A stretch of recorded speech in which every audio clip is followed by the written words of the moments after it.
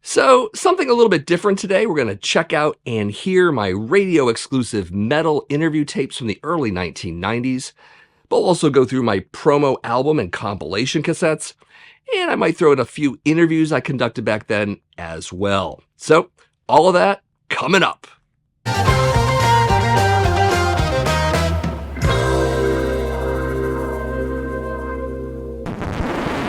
So for some of the people who are new to my channel and wouldn't actually know this, I was once metal director for my old college's radio station, which gave me access to all sorts of promotional material, including much of what you're going to see and hear today. Starting with a few interview segments from the TDK New Music Report on the CMJ radio network. The show came to us at the station on CD format, obviously, and I'm thinking a little background info might be useful. CMJ, or College Media Journal, also known as College Music Journal, some people usually construe it as that, published a trade publication called CMJ New Music Report, which was aimed at American college radio stations.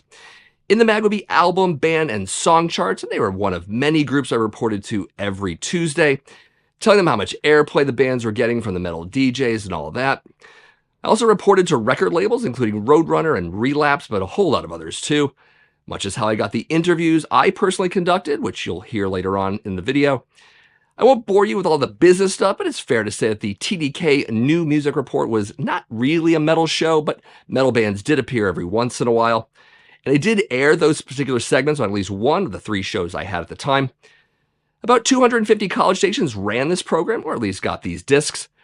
And if you're wanting to get some of these, you should know that the CDs themselves are a little difficult to track down, as they are old and they were aimed solely at radio stations. So let's first check out a couple segments with Sepultura, followed by one with Napalm Death. Welcome to the TDK New Music Report short on the CMJ Radio Network. The heart of Brazil may seem like an unlikely spot for blow-dried heavy metal looks. Even so, the music of Morbid Angel, Creator, and other thrash bands from the far-flung corners of the earth have made their mark there. For proof, you needn't look further than Sepultura. These 4 Brazilians have taken their cues from speedcore and death metal bands the world over via fanzines and underground networking. Today, Sepultura presents the best thrash South America has to offer. In fact, in their own brutal way, it is one of the genre's most accomplished bands anywhere. For most, familiarity with Sepultura came from last year's LP, Beneath the Remains, released in the States on RC Records. Now RC has just offered Sepultura's previous album, Schizophrenia. It was released in Brazil on the independent Cogumelo label. The band considers Schizophrenia to be its first album. They consider earlier material rough demo work. Schizophrenia proved that at that point in Sepultura's development, the quartet displayed more ideas in just one song than most bands manage in an entire album. Music from Sepultura from 1987, now available in the U.S. for the first time. If that isn't enough, the boys from Brazil are completing their 3rd album in Florida. It'll be called Arise, and it's scheduled for release this coming March. Tune in tomorrow for another report short on the CMJ Radio Network, the home of the TDK New Music Report.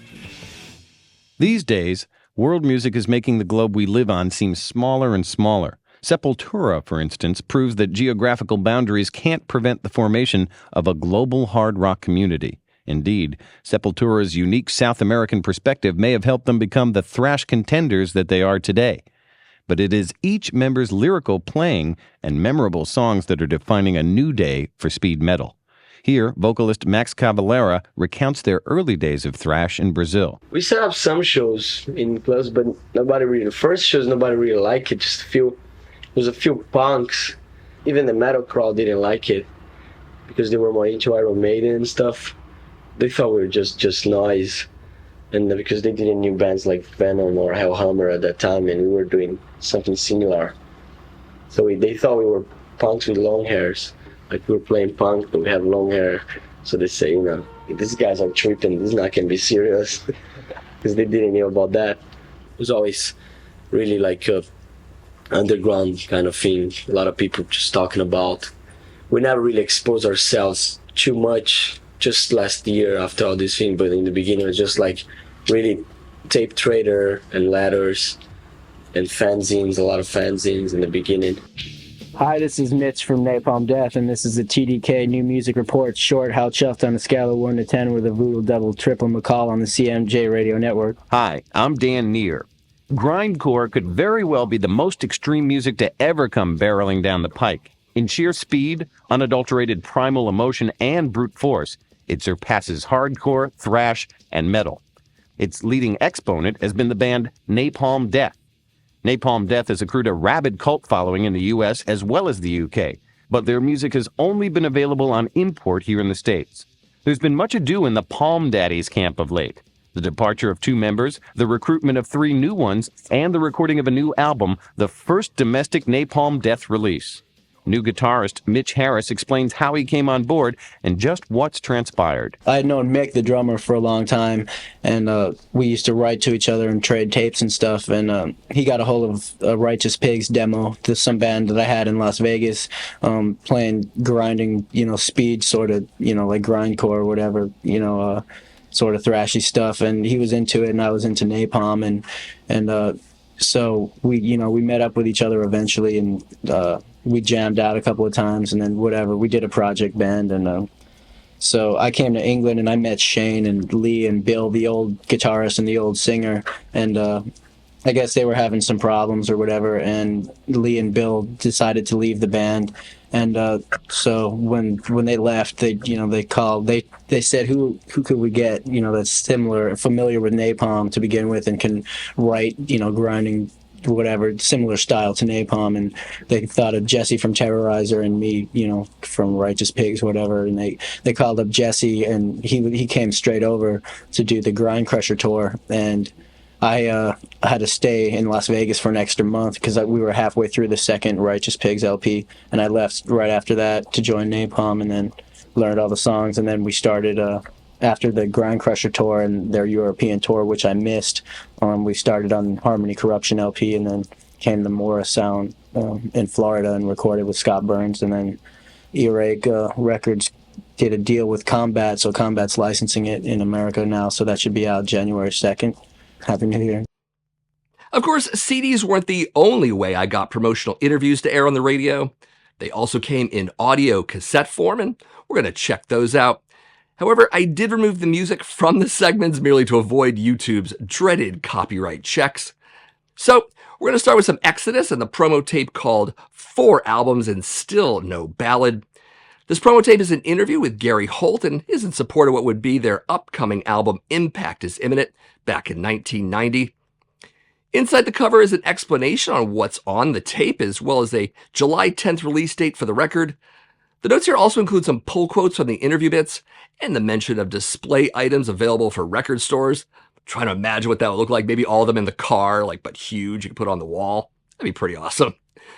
Anyways, there's also a mention of a tour in August, or at least slated for August tentatively, but according to past tour dates online, things officially kicked off on July 21st in Oakland, so close enough. Anyways, here's the brief interview. The slogan for the year is 4 albums and still no ballads. Okay, brief run through Exodus history. Starts way back. It was a 3-piece. Tom Hunting played drums and sang. Kirk Hammett, Jeff Andrews. I joined the band. Paul Bailoff joined the band. Kirk left, fired Jeff. Went through a couple of guitars, found Rick. Then lost, got rid of Paul and got Zetro. And then Tom had his problems. And then we got Johnny.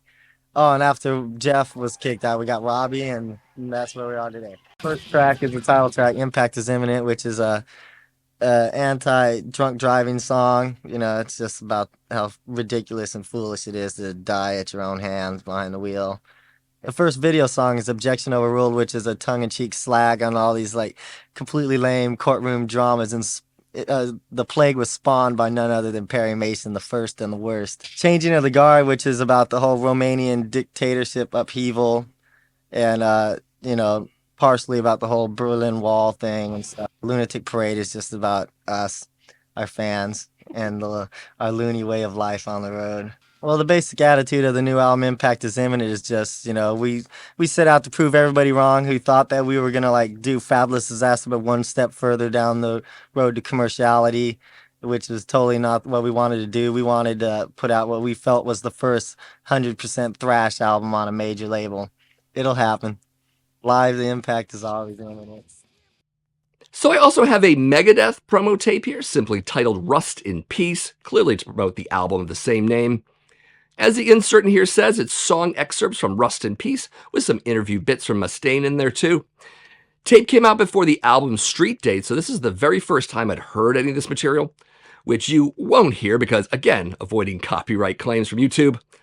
Of course, this also reminds me that back when this album came out and I was doing college radio music directing, I scored 10 promo copies of Rust in Peace on vinyl from Capitol and didn't think to keep any of them. I ended up giving them all away on the air, as the label intended. Regret that decision to this very day. Anyways, on with the Dave interview. Megadeth fans have been waiting 2 years since the release of So Far So Good, So What? Are you personally, Dave Mustaine, satisfied with the way Rust in Peace has turned out? I'm really happy with it. This was the first time we've had an album where we've used the same producer from beginning to end, and for me that's amazing. For me this record is definitely satisfying and I'm 100% happy with it. Did Mike Klink sort of push you further as a musician in the studio?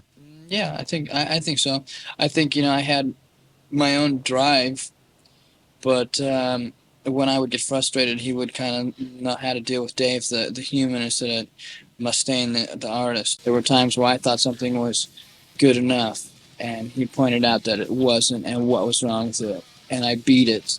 And that's why this record is so good, because of his forte for being as critical with nuances in the studio that just embellish a record's final, the actual finished product. After hearing some of the tracks, and it's only been brief, but some of the stuff is quite strong, stuff like Hangar 18 and Take No Prisoners. What kind of pressure was on Dave Mustaine to write quality songs after having written songs like Peace Sells, etc., that are very strong? The only pressure that we had really was in our own heads. Career paranoia is something that everybody deals with if they don't have faith in themselves. And worrying about having a product that's going to compete with your past is just your own lack of faith. And anybody who doesn't understand what their history is destined to repeat it. Tell me a little bit about the single Holy Wars. What was, going through your head when you wrote that song? To me, any religion that thinks that it's better than another religion is like full of it. I can't really say how I really feel without getting vulgar, and I would rather, instead of having what I feel oppressed, I would rather watch what I say and just say that I think that it's prejudiced religion is a sin in itself. There are a lot of self-righteous organizations that often point fingers at Megadeth, saying you are whatever category they want you to fall into that they think they can crusade against. How does Dave Mustaine respond to allegations or accusations that Megadeth are bad, evil, whatever? I don't think that we're bad, evil, whatever. I think what we are is we're concerned with the people that listen to our music, which are generally people in our age bracket, just an average, and people that come from our walks of life, average, We're not, rocket scientists, and we're not like wino bums, we're not like a bazillion years old, and we're not fetuses with headphones. Rust in Peace is your fourth record. First off, how did you get that title? I was driving home from Elsinore, Lake Elsinore. I was skydiving, and I was tailgating somebody racing down the freeway, and I saw this bumper sticker on their car, and it said, "May all your nuclear weapons rust in peace." And I'm going, rust in peace. I could just see it now, all these warheads sitting there stockpiled someplace like Seal Beach, and all covered with rust and stuff, and kids out there like spray painting and stuff, My ideal vision is for all nuclear weapons just to be, eliminated. Since the last record, there's been several changes. Chuck Beeler and Jeff Young are gone, and now Marty Friedman on guitar and Nick Menza on drums are in the Megadeth camp. Tell me a little bit about the new guys. With Marty Friedman working with the direction of Dave Mustaine and Nick Menza working in a band like Megadeth, that I myself I've got this diamond flying through space with all edges like equally brutal, instead of having like this bomber with a nose gunner and a tail gunner and this and that flying forward. Now we can spin any way. No one can get us on any side. All areas are protected. If you bring to life an issue that has been covered up, and people start thinking, and you do it in an aggressive, dark manner, people point their finger at you, but you're the one who's actually saying, hey, we have a problem going on. Do you think they fear Megadeth because of this? I think a lot of people are afraid of everything. It's like I said before, when people point the finger at me, they don't realize I got three pointing back at them. Megadeth songs have had dark themes to them. Is this a good representation, or is this a reflection of Dave Mustaine's personality? I think it's just another facet of my insanity. It's personal experiences, and it's what life is like in our everyday world. There's a lot of stuff that has to deal with death. A lot of people don't like that, but to me, without death, life would be meaningless. And speaking of promotional tapes, some of you might remember that I did a special sometime back on full album promotional CDs. Well, I have promo tapes as well, including not just studio albums, but also promo-only compilations. No interviews here, just music.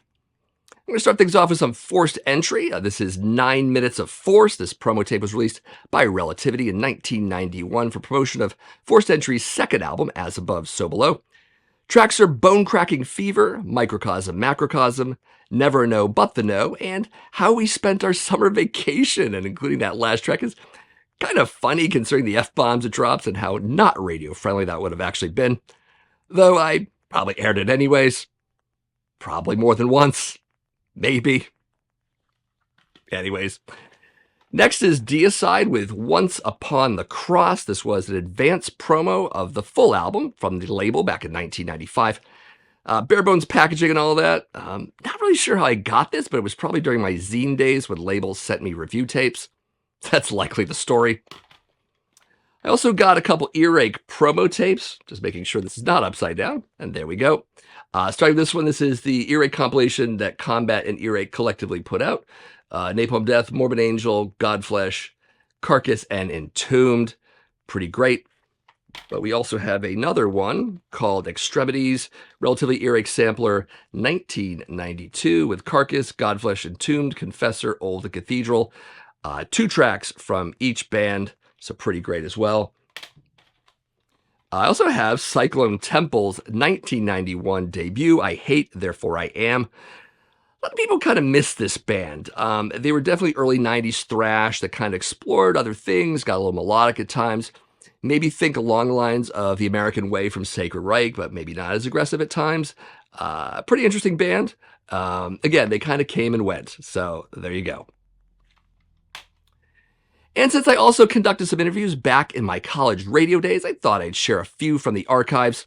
Starting with a very brief chat with Phil Fasciana of Malevolent Creation, followed by Kurt Bachman of Believer, and ending with a really satisfying chat with Gene Hoglan of Dark Angel. Enjoy. Myself and my singer Brett and our bass player Jason, we formed the band in 1987 in Buffalo, New York.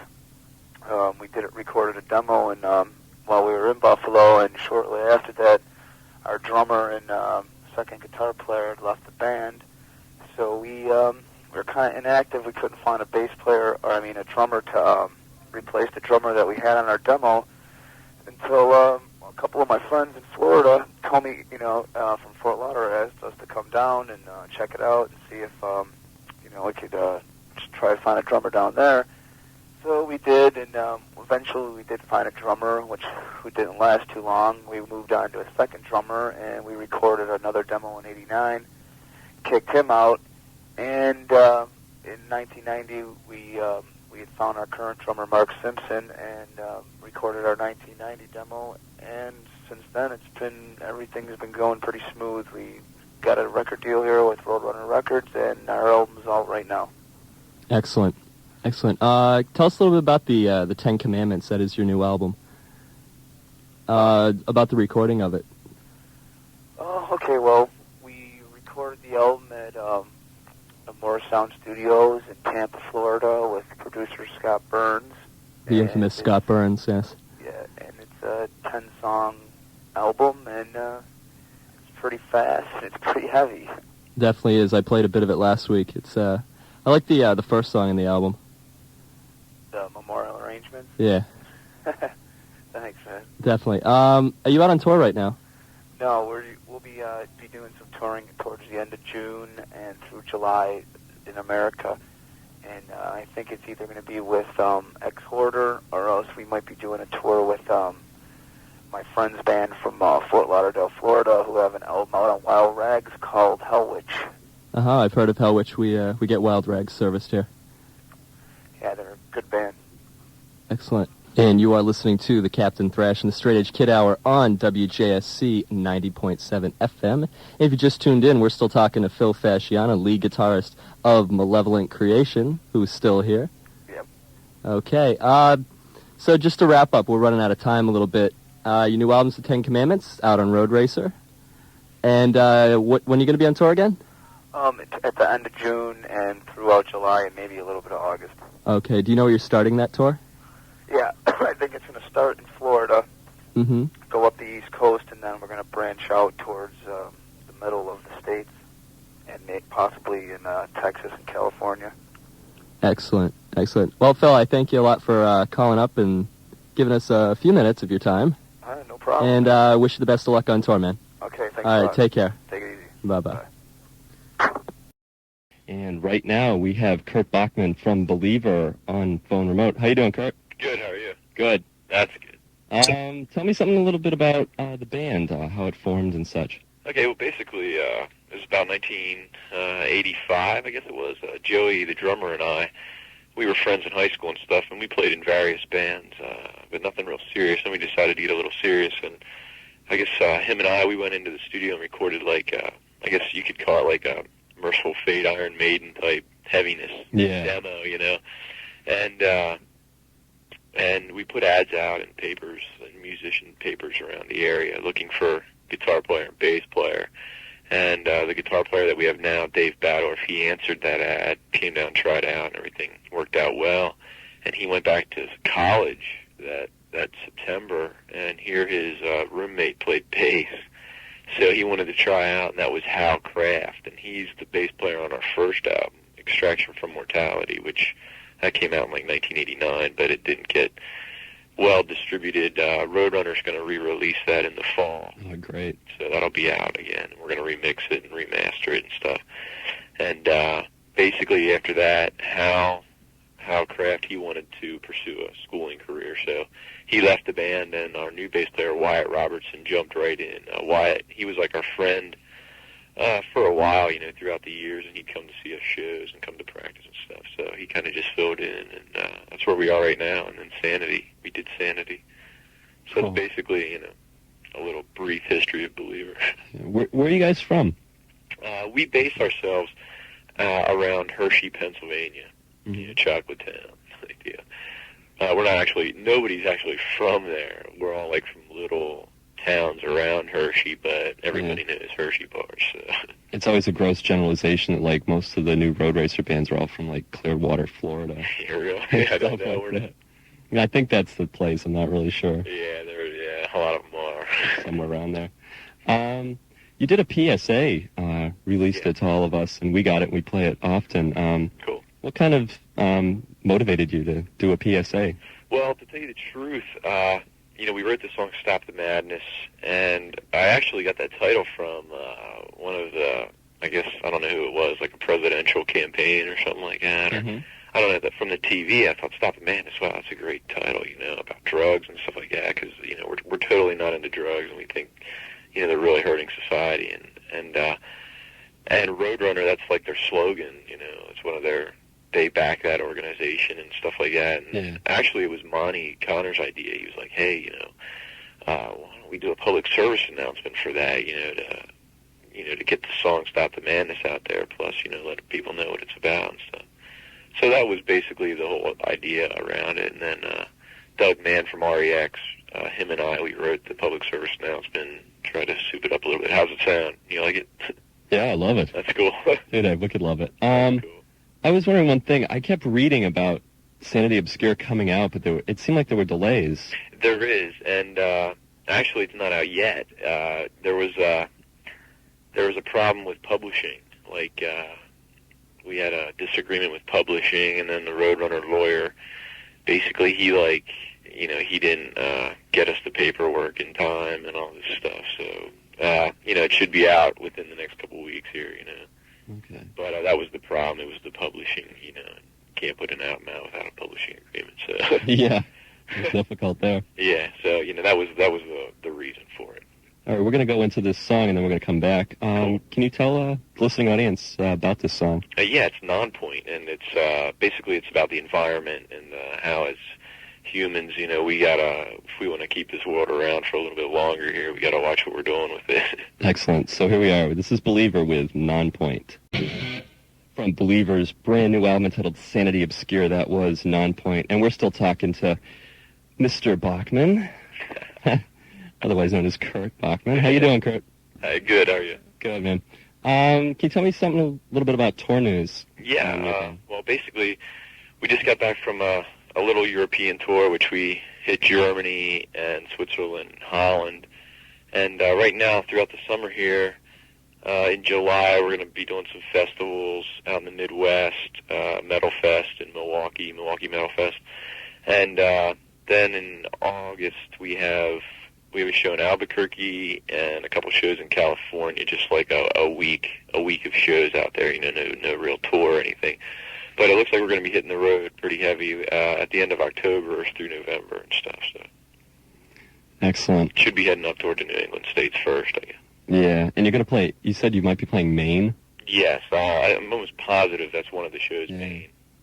That's cool, too, because they're not getting many shows. Really? Yeah, I mean, I think it's really cool when bands, tour the, even if it's the far reaches, it proves that they're not just out there. Oh, yeah, I mean, that's what we want to do, we want to play places that, don't get hit very often, even if the crowds aren't that big, it's like there's still kids there that want to hear the stuff. Well, if you play Burlington, you'll definitely get a crowd. That's cool. From all the shows I've seen there, it's like everyone goes nuts, and it's great. Good, man. It reminds me of, I'm from Worcester, Mass. Oh, cool. And I've seen the shows there and here, and it's just as chaotic in the audience. Great. You'll probably enjoy it. Oh, yeah, definitely. Would you like to tell the listening audience anything else before I let you? Not really, just the Sanity album. There were some delays, and stuff like that, but it'll be hitting the stores, in the next couple weeks. Sorry about the delays. Looks like we're going to be doing an MTV video for Stop the Madness also. And like I said, they're going to re-release our Extraction from Mortality album remix and probably vocal remix too, probably like in the fall. But that's about it, man. Cool. I'll be looking out for that album too. Cool, man. Great. So I definitely want to get it. That's all right. great. Take care and have a good time on tour, man. You too, man. God bless. All right. Take care. Bye-bye. Bye-bye. Pedophilia from the pedophile's standpoint, the child molester standpoint, and, the problems of agony with, somebody who wanted to commit suicide and stuff. And with this, this song just takes the subject from a female perspective. And I started writing the song. I wrote about 3/4 of the song. And then I put it down for a little while and I started thinking, what happens if I'm just getting it wrong, if I'm just being ignorant about this entire concept? It's like, it's all well and good to try to write about this, but what happens if I'm just doing it wrong and I'm misrepresenting the entire concept? And so I took the lyrics to a few friends of mine, women who had the experience happen to them, and I started kind of interviewing them. I showed them the lyrics, and they were telling me things like, Gene, this is damn close. I mean, you are on the right path here, and that was really heartening to know. I could pull it off, without really having anybody give me any guidance, really. And they said a lot of these are our thoughts, and the one thing that we talked about a lot of what happened to him, and they knew that our relationships were strong enough that I wasn't going to, I guess, exploit their viewpoints and capitalize on what happened to them to write a typical macho, rape song and stuff. They knew what I was doing with it. The one thing I learned from these women was that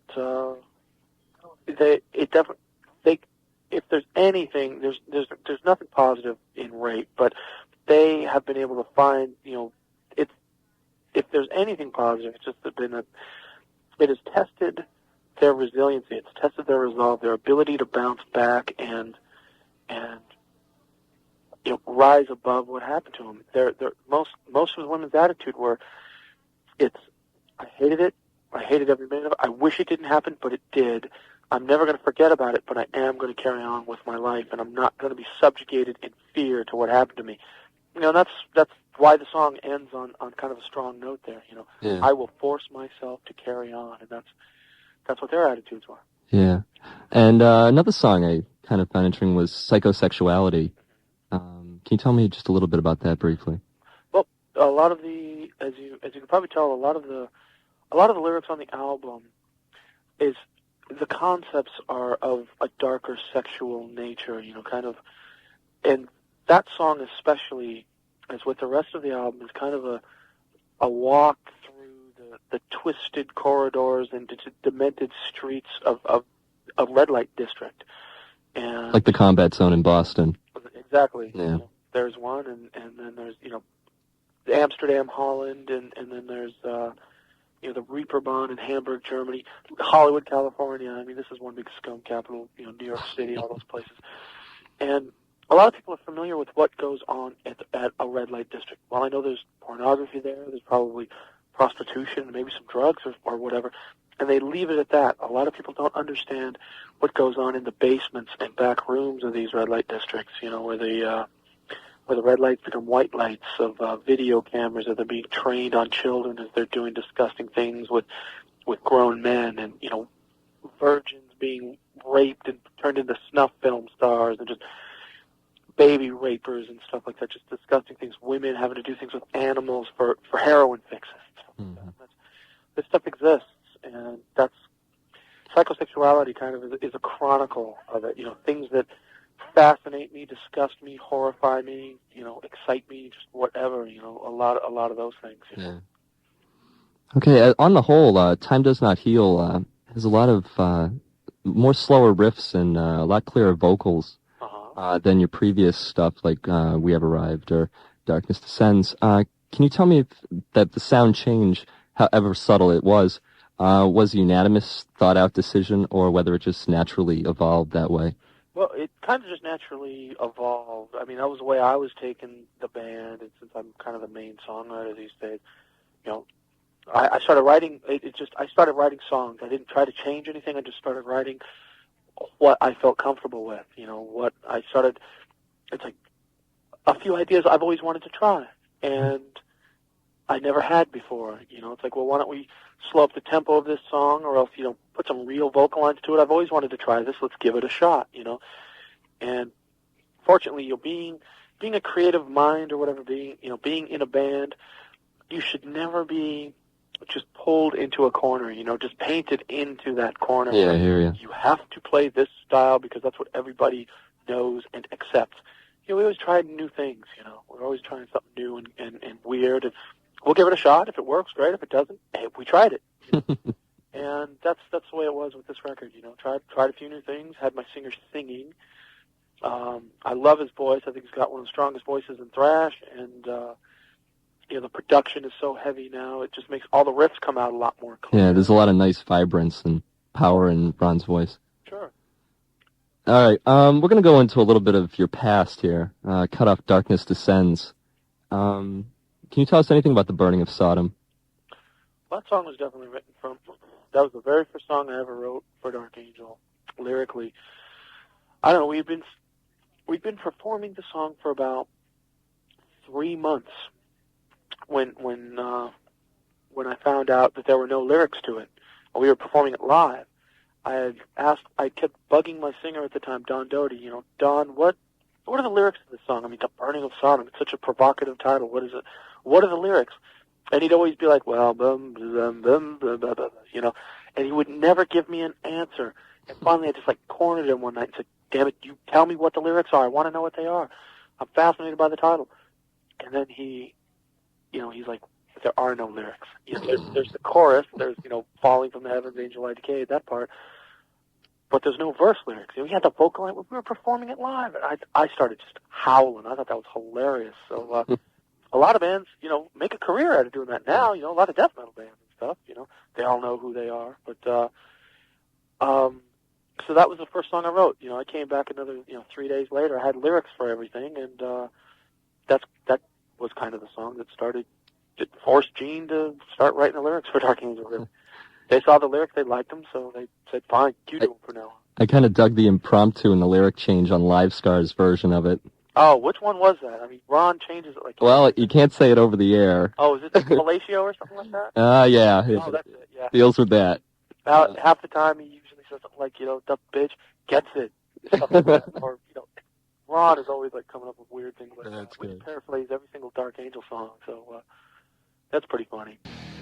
From the Darkness Descends album, Dark Angel's second album, the song was called The Burning of Sodom. And we're still talking to Gene Hoglan, drummer for Dark Angel. Still there? Yes, greetings. Greetings. Excellent. I wanted to delve into the subject of pain. Can you tell us what sparks your interests about that and what entails all of that? Well, I'm over the past few years, I've just grown fascinated by. I've become fascinated by people's thresholds of pain. Other people's, my own.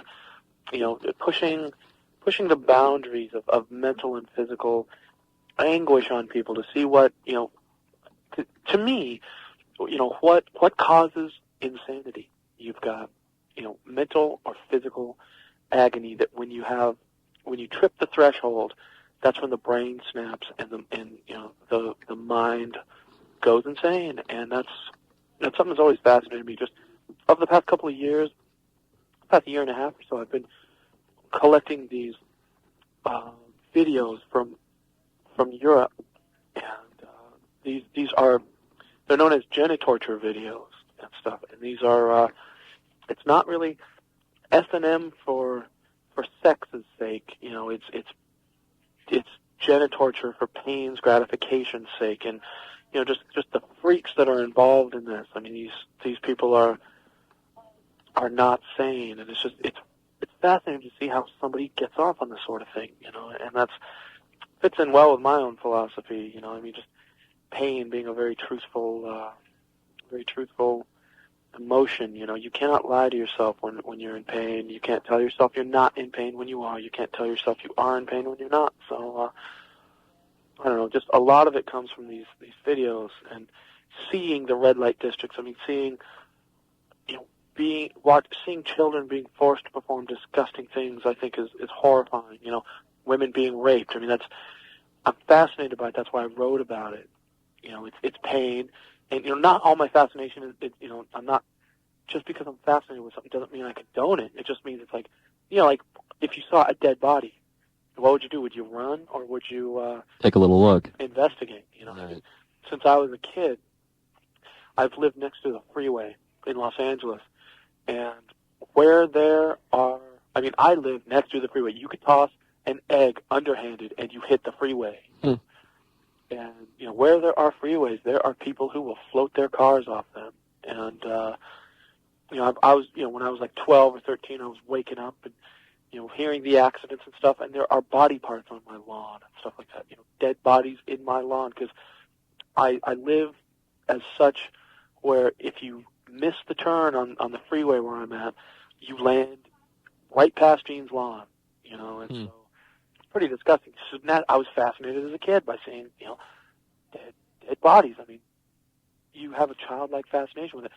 When you're 12 or you're 8 or 9 or whatever, you don't know any better. You just think, well, this is cool. You don't think to give the dead any respect. You don't think to don't stare because it's not right.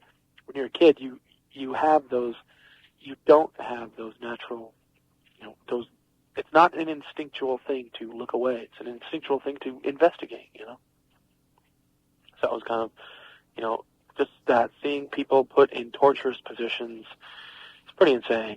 It's not for everybody. I grant that, but it's a fascinating concept anyway. Right, and it beats Reader's Digest. Oh yeah. The Reader's Digest these days does, give a lot of. Reader's Digest definitely gives a lot of advice on how to save the sex in your marriage and that sort of thing. And this is Reader's Digest. This is Middle America saying how to put spice back in your marriage life. It's like, oh my God, this is something out of like Cosmopolitan or something. Anyway. Anyways, Dark Angel, you and the guys are currently going to tour. You just got back from Europe. Yes, we did. And when are you going to do your U.S. tour? Well, we started on May 22nd in Fort Worth, Texas, and we work our way counterclockwise across the U.S. I mean, by mid-June, we're going to be in the East Coast, playing places like, we got the 13th in Toronto, we're playing the 14th in Buffalo, New York, and then, Monday the 17th, we're going to be in Providence, Rhode Island, and New Haven, Connecticut the next day, and then D.C. a couple of days after that, so we'll start in New York, all those places, we'll be definitely doing all that real soon. Just in time for summer. Yeah, just in time for summer. Yeah, hot heat, Definitely. Do you have any idea who you're going to tour with? The band from England called Bolt Thrower. I've heard of them. And they're going to be the new kings of death metal. Their album's coming out any day now, and it's going to be huge. Excellent. Did you tour with them in Europe as well? No, we toured with all over Europe with a band from England called Reanimator, and then we toured Germany with a band from New York City, Demolition Hammer. Yep, I've heard of them. Yeah, they were great. You going to do any covers this time around, live? Who knows? You might see us do one. We might pull one out of our hat. We've goofed around with a couple and just had a total blast goofing with them. So I couldn't believe you played that Fear tune. I'm a big Fear fan too. Oh, they're the greatest. And that was killer when I put it on at the end. I didn't even look at the back of the record. I just played it and then you just went into it. Yeah, that was definitely really impromptu that night. I mean, it wasn't in our set or anything. It was just like the crowd was going nuts, and we were I remember looking at each other, and like all of a sudden Eric just kind of kicks into it. It's like, wow, that's cool. We kind of caught it live too. We've done that one by Fear. We've done Gimme Some Action by Fear. We've done, stuff like, Atomic Punk by Van Halen. We've done, old Anvil covers, Motorhead covers, and, Creedence Clearwater covers, just goofing around with stuff like that. So, who knows? Who knows what we might end up doing on this tour? We might not do any. It all depends. Depends on the mood. Yep. Do you have any favorite bands out in the scene now? Well, of the current thrash scene, I try to keep an open mind towards thrash too. Like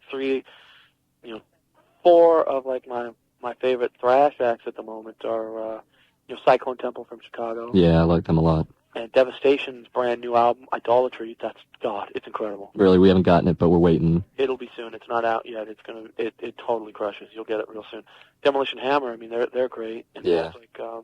Like Bolt Thrower. I mean, real heavy stuff. Like a lot of the Earache stuff I like. A lot of it I'm confused by, but I like a lot of death metal. But I just try to keep an open mind. I tend to lean these days towards a little bit more musical thrash, real solid vocal lines, Yeah, there seems to have been a strand of death metal bands that sound like Death. Yeah. The band itself. Yeah. To me, the most ultimate death metal record of all time, the only one that ever needed to exist, was Possessed, Seven Churches. Came out in 1985. Yeah, I have it. And that's, that was the be-all and end-all to death metal for me. There's a lot of bands that come along that are great, but, Possessed were the kings. And it's funny how Larry Lalonde is in Primus now. Primus, geez. That blew my mind. I looked on the record and it was just like he cut his hair, dyed it purple, and he's playing funk. Yep. Can you dig it? Yeah. So we're running a little bit out of time. Do you have anything else you'd like to leave the listeners with?